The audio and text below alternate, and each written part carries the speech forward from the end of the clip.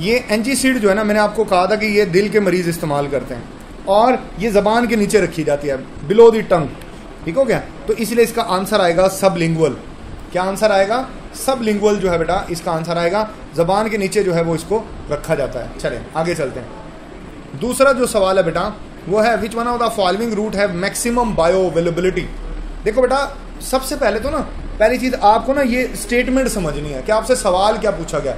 जब तक आपको ये समझ नहीं आएगा ना कि आपसे सवाल क्या पूछा गया, जवाब आपको क्या खाक आएगा, पहले सवाल समझना। बायो अवेलेबिलिटी क्या होती है ये समझोगे ना, फिर आपको देखो बायो अवेलेबिलिटी होती है दवाई की वो मिकदार जो खून में पहुंचती है।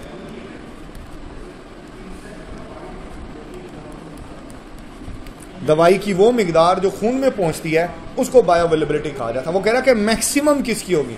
देखो बेटा जो दवाइयां आप ओरली खाते हो, टैबलेट कैप्सूल वगैरह, उनकी बायो अवेलेबिलिटी मैक्सिमम नहीं होती, 100% नहीं होती। उनका कुछ हिस्सा पहुंचता है, कुछ नहीं पहुंचता। लेकिन जो इंजेक्शन आप आईवी लगाते हो उसकी बायो अवेलेबिलिटी 100% होती है। उसकी बायो अवेलेबिलिटी क्या होती है? 100% होती है। वो सारी की सारी खून में पहुंच जाती है। तो डेट्स वाई इंट्रावेनस ऐसा होता है जिसकी मैक्सिमम बायो अवेलेबिलिटी होगी। आंसर बनेगा alpha. Then MCQs number 3, which one of the following drug is destroyed by the stomach. Destroy का मतलब होता है तोड़ देना, कि मैदा किस दवाई को तोड़ देता है। ये देखो बेटा इसकी एग्जांपल बुक में लिखी हुई है कि बेंजाइल पेनिसिलिन जो है बेटा ये कैसा केमिकल होता है। अगर आप इसको ओरली ले तो आपके मैदे में जो एसिड है, मैंने बताया था एसिड ये HCl होता है, हाइड्रोक्लोरिक एसिड, ये इसको ब्रेक कर देगा। तो डेट्स वाई इसका आंसर बनेगा बीटा। बेंजाइल पेनिसिलिन जो है वो होगा, इसका आंसर बनेगा beta. Which of the following route cause the irritation of oral mucosa. देखो बेटा ओरल मैक्यूसा क्या होता है? हमारे मुंह के अंदर ना, आपने कभी देखा होगा कि गर्म चाय अगर आप पी लें तो अचानक से वो होठ और वो अंदर का हिस्सा जल सा जाता है। हमारी ना ये मुंह के अंदर ना एक लेयर होती है, उसको कहते हैं म्यूकस लेयर, है ना। ये एक हिफाजती लेयर होती है, ये हिफाजती एक तया होती है। ठीक हो गया? तो ये प्रॉब्लम करती है। अब अगर कोई आप ऐसा केमिकल ले लें जो कि इसकी इरिटेशन करे, इसको डिस्टर्ब कर दे, तो उसको जो है बेटा वो अब देखें इसके अंदर जो है वो जो सबलिंगुअल होते हैं ना, सबलिंगुअल, वो ओरल मैक्यूसा की इरिटेशन कर सकता है। जबान के नीचे रखते हो ना तो बाद वो प्रॉब्लम कर देती है, दवाई जलन महसूस होती है। तो वो सबलिंगुअल में ऐसा होता है। ट्रांसडर्मल जो है ना, ये तो जैसे ट्रांसडर्मल स्किन के ऊपर लगाई जाती है, बक्कल भी मुंह में डाली जाती है। ठीक है ना, ये रूट भी आपने याद करें। तो इसका आंसर जो बनेगा बेटा वो बीटा बनेगा 4 का। 5वें एमसीक्यूज पर आ जाते हैं। Mostly the drug eliminated bye, मैंने बताया था ड्रग एलिमिनेशन में ज्यादातर दवाइयां किडनी के जरिए, यूरिन के जरिए एलिमिनेट होती हैं, पेशाब के जरिए।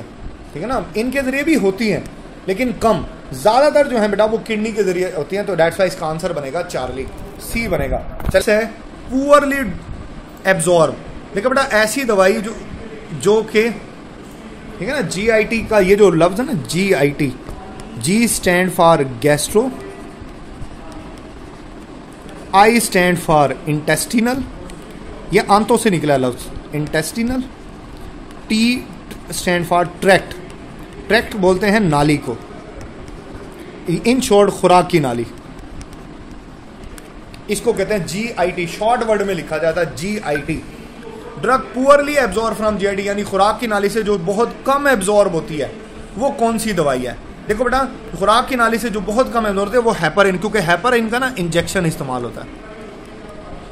ठीक है ना, हेपरिन का ना इंजेक्शन इस्तेमाल होता है। आप इसकी टैबलेट वगैरह नहीं खा सकते, ये नहीं इस्तेमाल हो सकती। ठीक है ना, हेपरिन जो है ना वो खून को जमने से रोकती है, खून को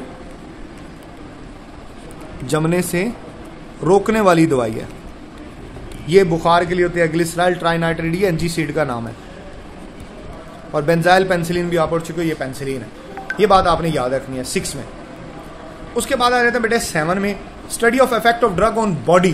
ये बेटा मैंने आपको शुरू में पढ़ाया था कि इसको फार्माकोडायनेमिक्स, ड्रग का जो बॉडी के ऊपर इफेक्ट होता है ना, इसको फार्माकोडायनेमिक्स कहा जाता है। और बॉडी का ड्रग के जो ऊपर इफेक्ट होगा उसको फार्माकोकाइनेटिक्स कहोगे। ये शुरू में ही मैंने आपको बात बता दी थी। तो 7 में आएगा बेटा चार्ली। जाइनोसिन रूट, जाइनोसिन ना मैंने आपको बताया था कि जाइनोसिन एक नेजल स्प्रे होता है, नाक में डाला जाता है ना, नाक में, इन्फेक्शन हो जाए तो जाइनोसिन स्प्रे इस्तेमाल होता है। इंट्रानेजल इसका रूट होगा, बड़ा मशहूर स्प्रे है ये जाइनोसिन। फिर 9 in the blood during mostly bind with the protein. देखो बेटा ब्लड में देखो प्रोटीन मैंने आपको बताया था कि 2 तरह की होती है, एल्ब्यूमिन जो प्लाज्मा प्रोटीन है, अंडे की सफेदी भी यही होती है, और ग्लोबुलिन। लेकिन मोस्टली जो दवाई होती है वो एल्ब्यूमिन के साथ अटैच होती है, ठीक है ना। मैंने ये बताया था ना कि फर्ज कर लो ये प्रोटीन है, ये प्रोटीन है, तो दवाई इसके इर्द गिर्द आकर अटैच हो जाती है। दवाई इसके इर्द गिर्द जो आके ना ऐसे यूं दवाई अटैच हो जाती है, यूं, ठीक है ना। ये ग्रीन कलर वाली ड्रग है, और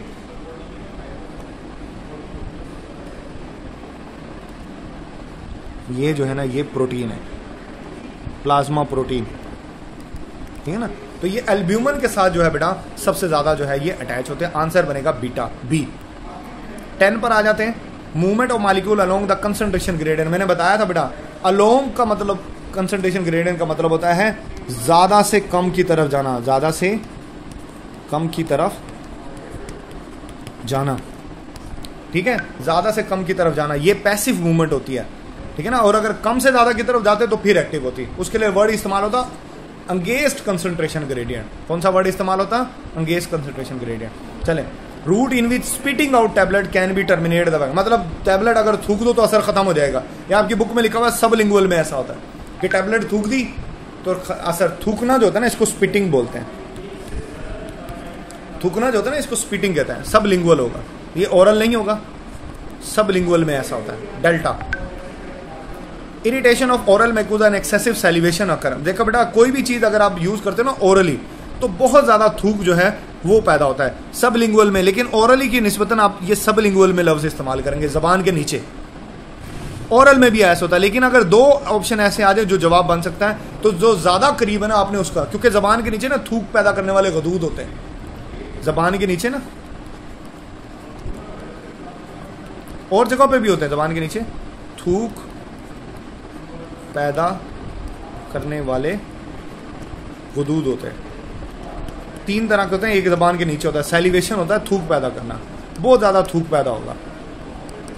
अगर ये ना होता ना फिर ये जवाब आ जाता, ये ऑप्शन ना होता, तो अब ज्यादा सुटेबल यही है सबलिंगुअल। आंसर लगाओगे डी।